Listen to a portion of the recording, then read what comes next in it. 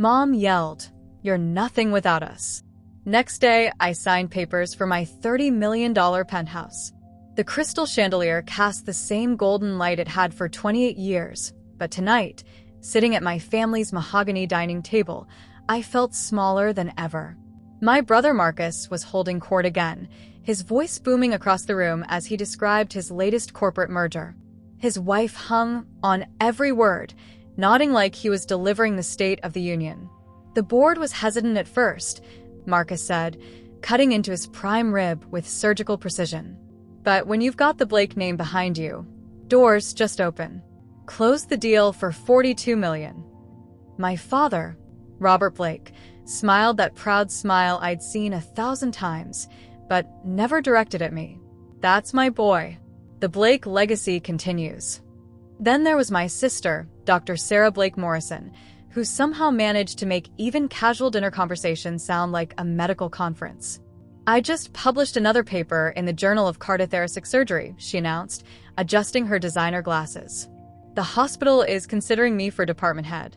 At 31, I'd be the youngest in their history." Mom, Judith Blake, with her perfectly coiffed silver hair and that smile that could freeze champagne, beamed at her golden children. My brilliant daughter and my business prodigy son. What more could a mother ask for? That's when all eyes turned to me, the afterthought, the one who didn't fit the Blake family mold. "And how's your little hobby going, Amara?" Mom asked, her voice carrying that familiar tone of polite condescension. She picked up her wine glass, swirling the burgundy liquid like she was contemplating a particularly boring piece of art. "It's actually going really well," I said carefully. "I just finished designing the lobby for the new Meridian Tower downtown. The client loved the concept and—" "Oh, that's nice, dear," Mom interrupted, not even looking up from her plate. "Playing with colors and furniture. How creative." Marcus chuckled. "Remember when she wanted to redecorate her dorm room and called it interior architecture?" The table erupted in laughter. Even the hired help seemed to smirk as they refilled our water glasses. "It's interior design," I corrected quietly, but my voice got lost in their amusement. "Same difference," Sarah said with a dismissive wave.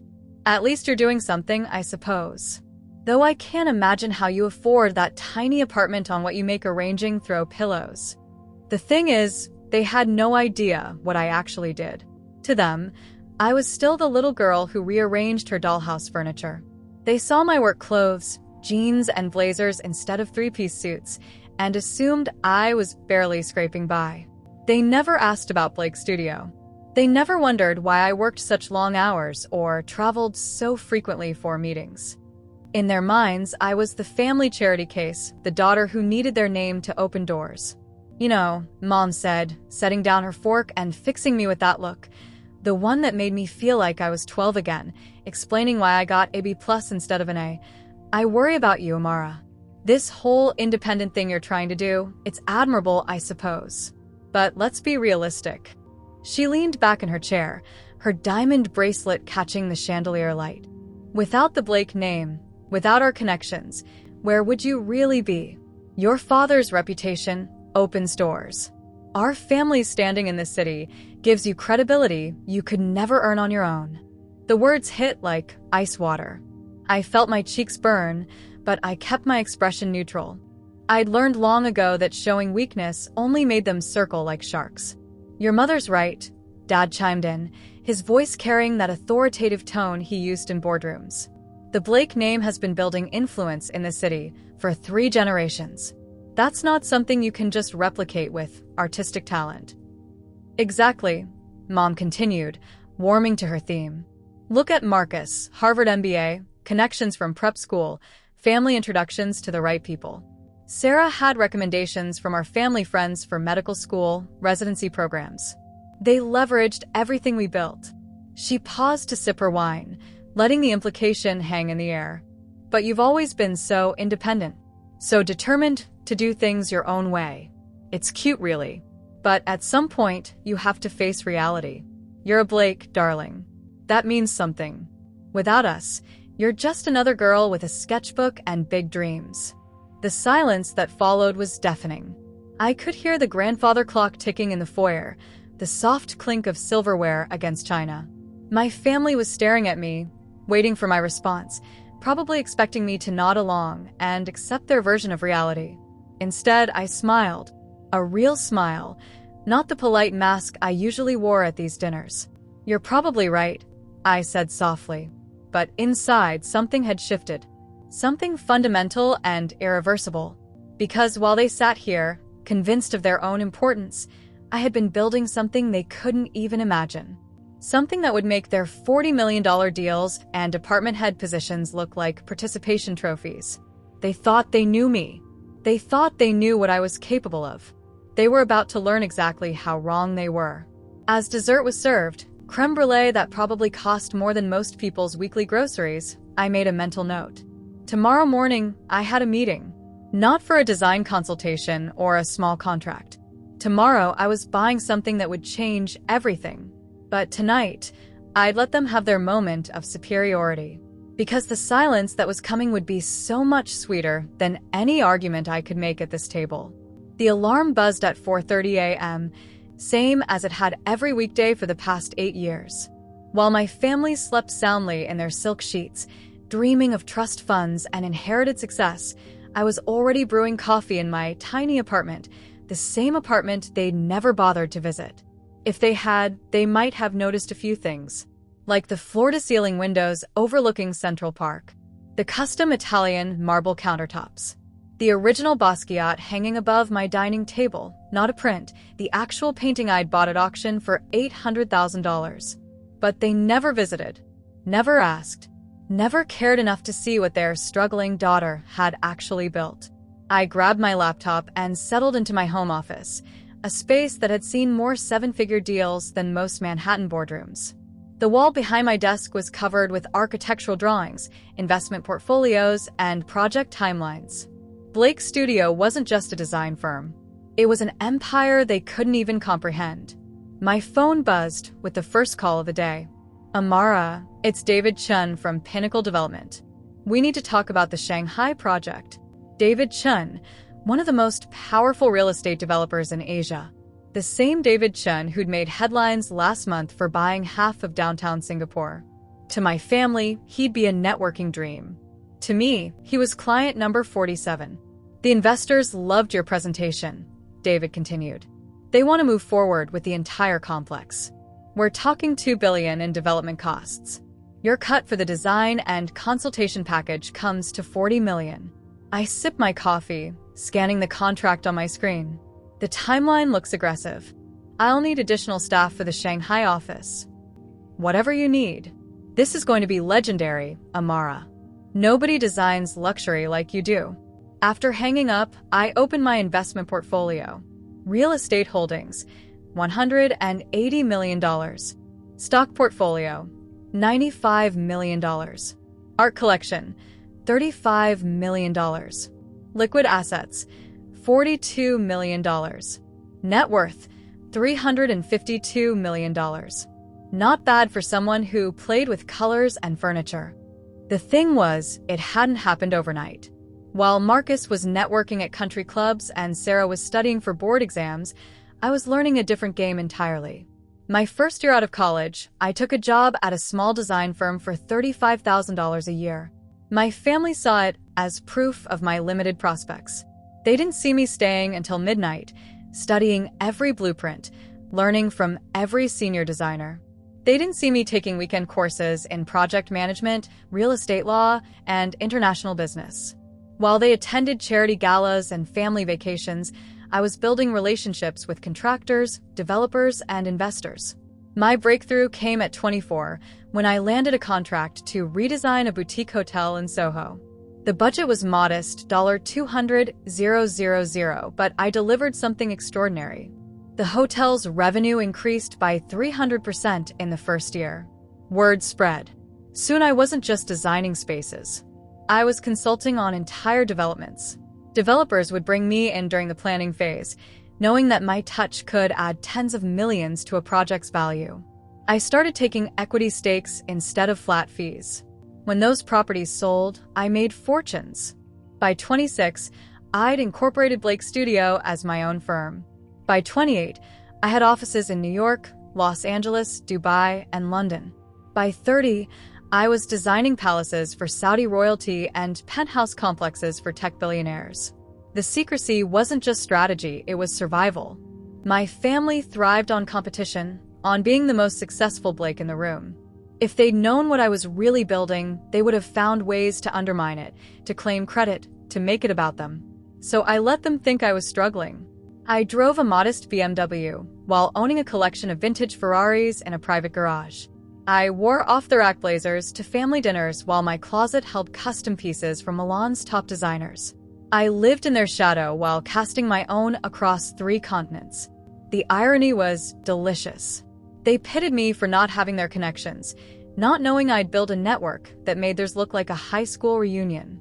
Every billionaire developer in Dubai had my personal number.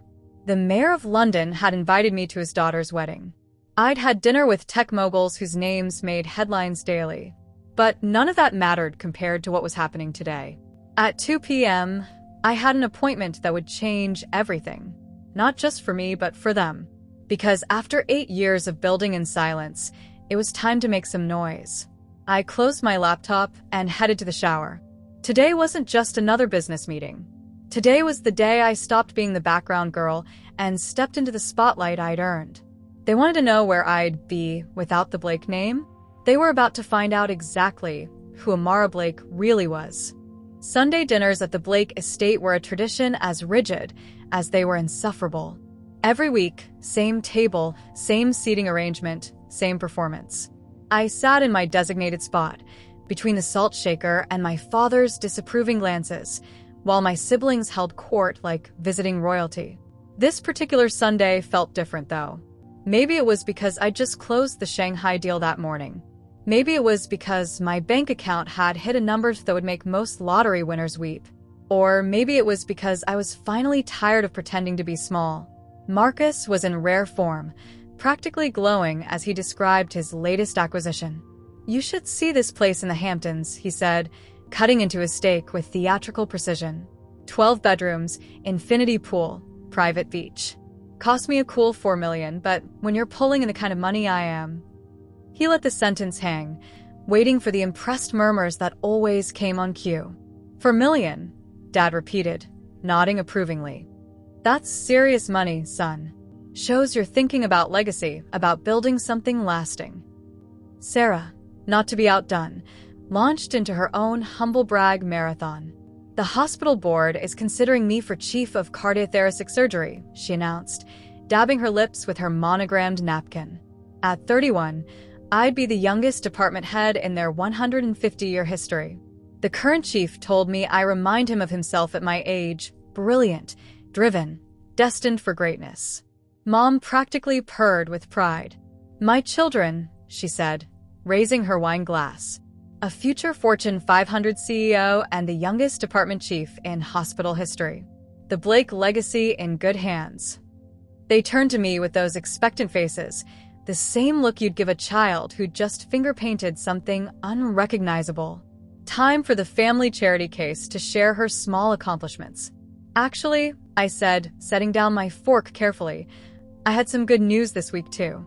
I just finished the design consultation for a luxury high-rise development in Manhattan. 40-story mixed-use complex, premium units starting at $12 million each." The table fell quiet. Not the good kind of quiet, the awkward kind, like when someone mentions money troubles at a yacht club brunch. Marcus recovered first, his laugh sharp and dismissive. "Consultation, huh? So you picked out the lobby furniture?" "Something like that," I said evenly, though my jaw was beginning to clench. "The project's valued at $2.8 billion. It's going to redefine luxury living in Midtown." Sarah rolled her eyes. "Amara, you don't need to exaggerate. We're family here." "I'm not exaggerating." "Sweetie," Mom interrupted, her voice carrying that patronizing tone that made my skin crawl, "it's wonderful that you're involved in big projects. Really. But let's not pretend you're anything more than a consultant, okay? These developers probably hired 50 different consultants." She took a long sip of wine, studying me over the rim of her glass like I was a particularly disappointing piece of art. The truth is, darling, you're living in a fantasy. This whole independent act you've been putting on for years, it's time to grow up. You think these people respect you? You think they see you as their equal? Her voice was getting sharper now, the wine loosening her tongue in ways that should have terrified her. You're nothing without us, Samara. That last name is the only reason anyone opens a door for you. Without the Blake family reputation, without our connections, without the credibility that comes from being our daughter, you'd be nobody. Just another girl with a design degree and delusions of grandeur. The silence that followed was deafening. Even the staff had stopped moving, frozen in place like they were witnessing a car accident. Dad cleared his throat uncomfortably. Marcus and Sarah exchanged glances. Mom finished her wine, apparently satisfied with her assessment. And I just nodded. That's what shocked the most, I think. I didn't argue, didn't defend myself, didn't storm out in tears like I might have years ago. I just nodded, smiled, and said, "You're probably right, Mom." But inside, something fundamental had shifted. Not snapped, shifted. Like tectonic plates moving deep underground, inevitable and irreversible. Because while she sat there, drunk on wine and her own superiority, delivering her verdict on my worthless life, I was doing math. The penthouse I was buying tomorrow cost $30 million. Cash. Marcus's precious Hamptons house? $4 million. Sarah's salary as department chief? Maybe $800K a year. Dad's net worth, built over 40 years? Around $50 million. My net worth? 7 times that. I looked around the table at my family, so proud, so certain of their place in the world, so completely unaware of what was about to happen. "Well," I said, standing up and folding my napkin neatly beside my plate, "this has been enlightening. Tomorrow, everything would change. But tonight, I'd let them have their moment. After all, it was going to be their last." The elevator climbed silently to the 42nd floor, each passing number a countdown to transformation. Yesterday, I'd been the family disappointment. Today, I was about to become something they couldn't ignore, couldn't diminish, couldn't explain away. The doors opened to reveal Catherine Morrison, Manhattan's most exclusive real estate broker. Her reputation was legendary. She'd sold penthouses to oil sheiks, tech moguls, and Hollywood royalty. People waited years just to get on her client list. "Miss Blake," she said, extending a perfectly manicured hand. "I have to say, when your assistant called requesting this meeting, I wasn't sure what to expect. But after reviewing your financials..." She smiled, the kind of smile reserved for clients who could afford to buy buildings instead of apartments. "Well, let's just say you have my complete attention." We stepped into the penthouse, and even I, someone who designed palaces and luxury resorts, felt my breath catch. Floor-to-ceiling windows wrapped around the entire space, offering a 360-degree view of Manhattan that made you feel like you were floating above the city. The morning sun streamed through the glass, casting geometric shadows across the Italian marble floors. "Full floor," Catherine said, her heels clicking as she led me through the space. 4,200 square feet of pure luxury. The previous owner was a tech billionaire who spared no expense. Smart home integration, climate control in every room, a wine cellar that holds 800 bottles. I walked to the windows facing south, where I could see the tip of Manhattan stretching toward the harbor. Somewhere down there, my family was probably having their Monday morning routines. Marcus checking his stock portfolio, Sarah making rounds at the hospital, Mom planning her next charity luncheon. They had no idea their world was about to shift on its axis. "The kitchen," Catherine continued, "was designed by the same team that did the Four Seasons penthouse suite.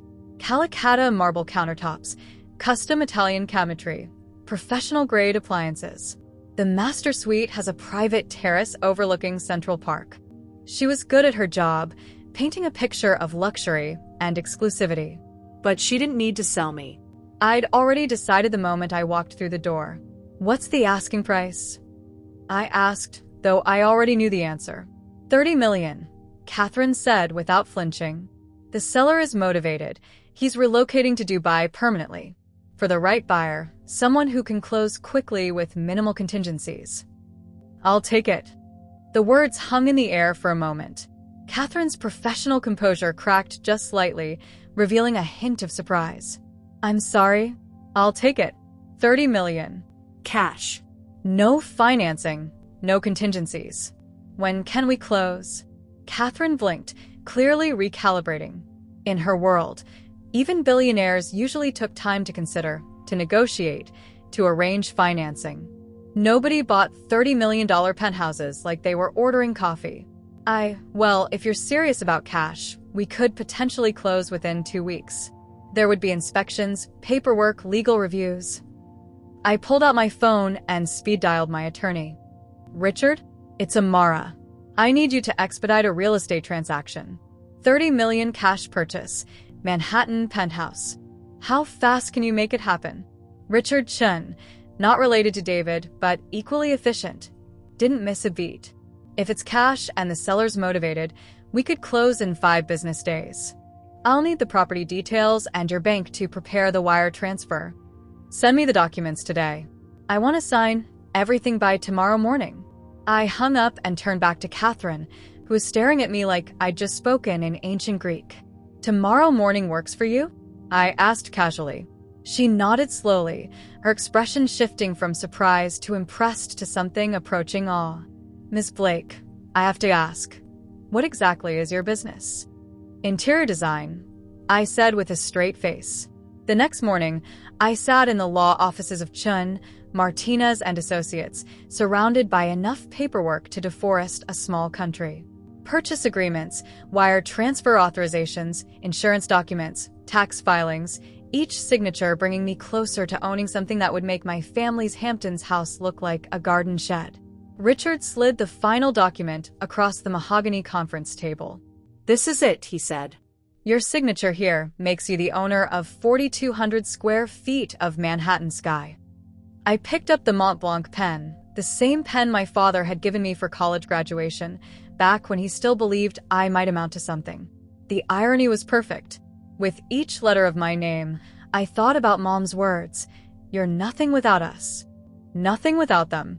I signed with flourish, the ink flowing like liquid vindication. Catherine handed me a set of keys that probably cost more than most people's cars. Congratulations, Ms. Blake. Welcome to the most exclusive address in Manhattan. I stood up, looking out at the city, through the floor-to-ceiling windows of the law office.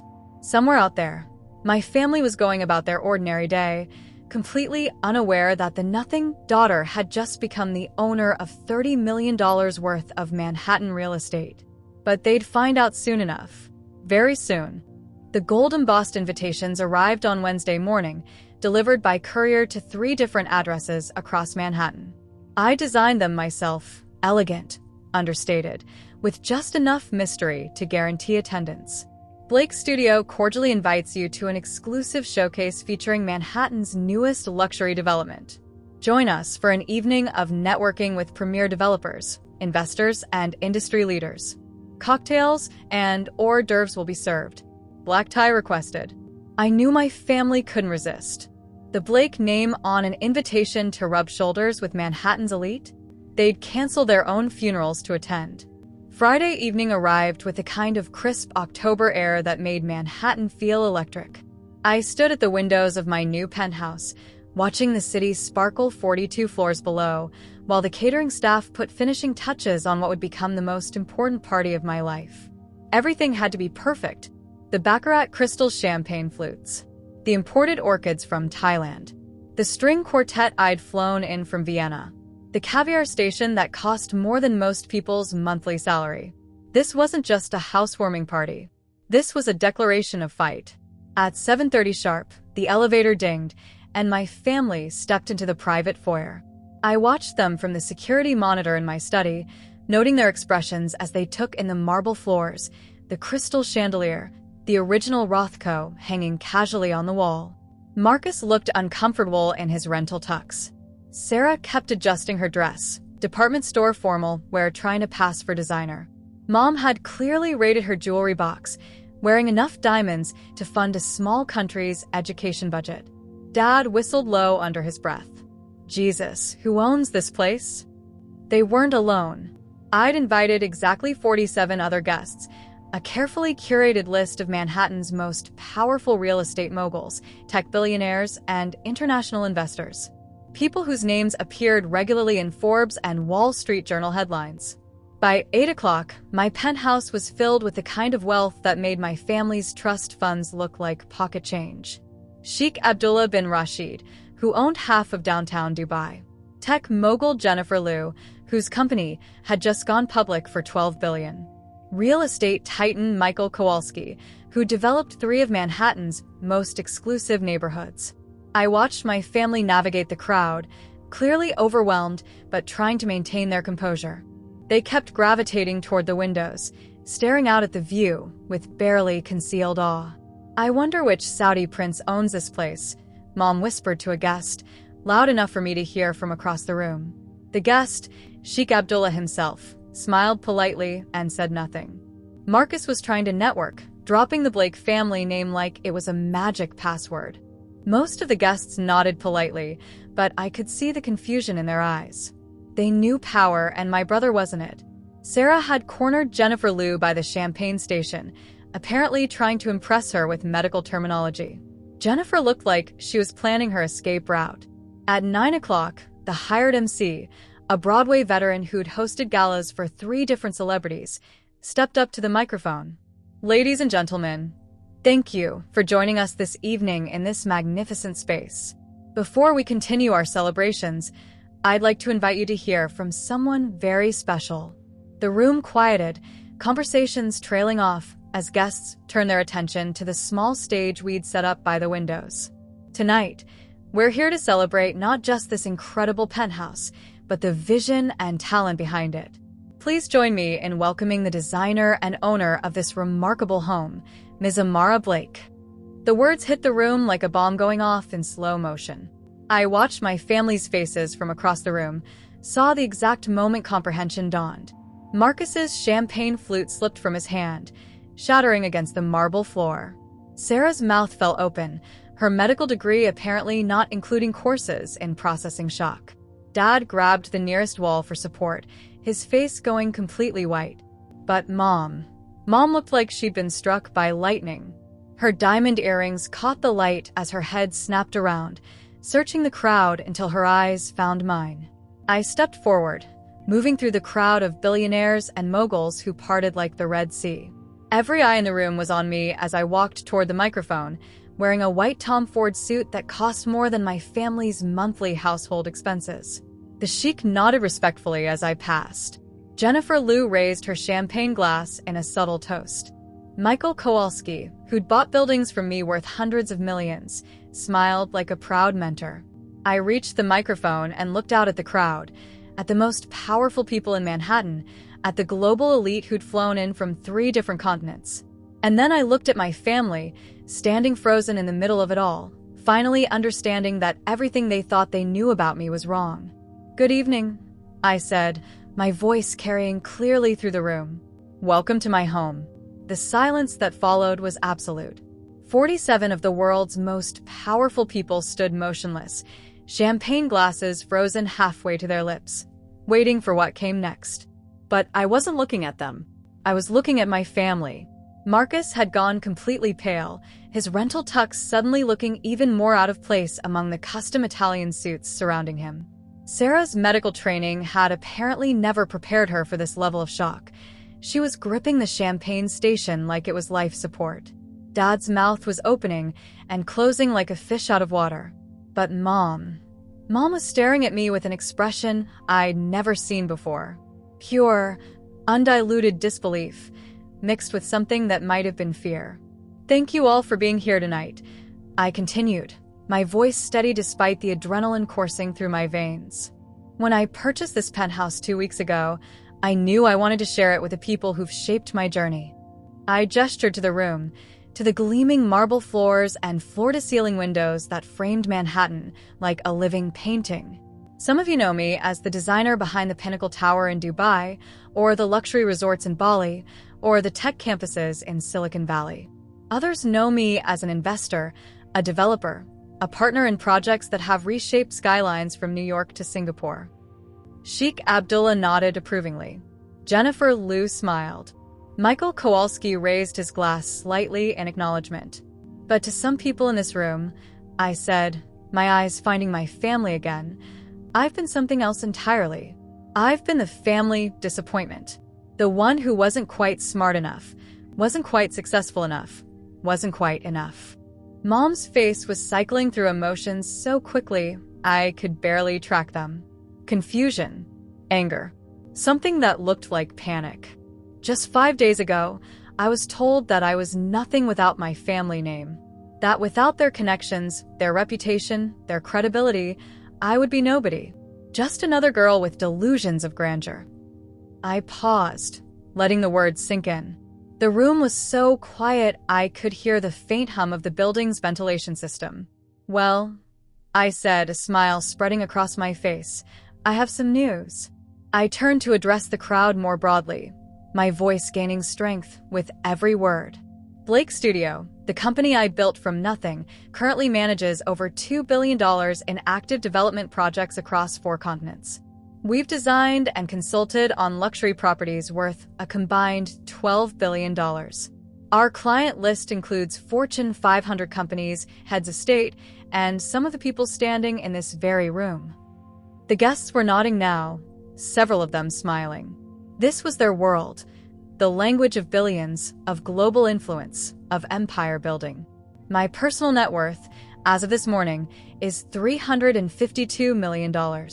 This penthouse, which I purchased with cash, represents less than 10% of my liquid assets. I heard Sarah make a sound that might have been a gasp or a sob. So, when someone tells me I'm nothing without them, I continued, my voice growing stronger. When they suggest that my success is dependent on their last name or their connections or their approval, I have just one response. The room held its collective breath. I looked directly at Mom, who was now gripping Dad's arms so tightly her knuckles had gone white. I am something in spite of you, not because of you. The words hit like a thunderclap. Several guests actually applauded. Sheikh Abdullah nodded approvingly. Jennifer Liu was grinning openly. But my family looked like they'd been hit by a truck. Mom finally found her voice, though it came out as barely more than a whisper. Amara, you. How did I what? I asked, stepping down from the small stage and walking toward them. The crowd parted automatically, creating a clear path between us. How did I build a global empire while you thought I was arranging throw pillows? How did I become wealthier than all of you combined while you pitted my little hobby?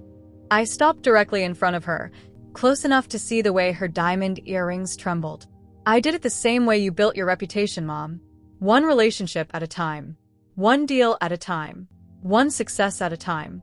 The only difference is I did it without looking down on anyone, without needing to make others feel small to make myself feel big.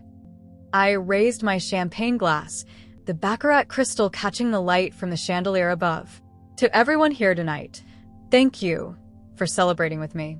Thank you for seeing my worth before I had to prove it. And thank you for reminding me that the best revenge isn't success. I paused, looking around the room at the faces of people who commanded armies of lawyers, who owned islands, who could buy and sell companies on a whim. The best revenge is making success look effortless. I took a sip of champagne, then turned back to my family one last time. Now, if you'll excuse me, I have some actual billionaires to talk to. And with that, I walked away from them. Not in anger, not in hurt, but in absolute, unshakable confidence. For the first time in my life, I wasn't just part of the Blake family. I was bigger than all of them combined.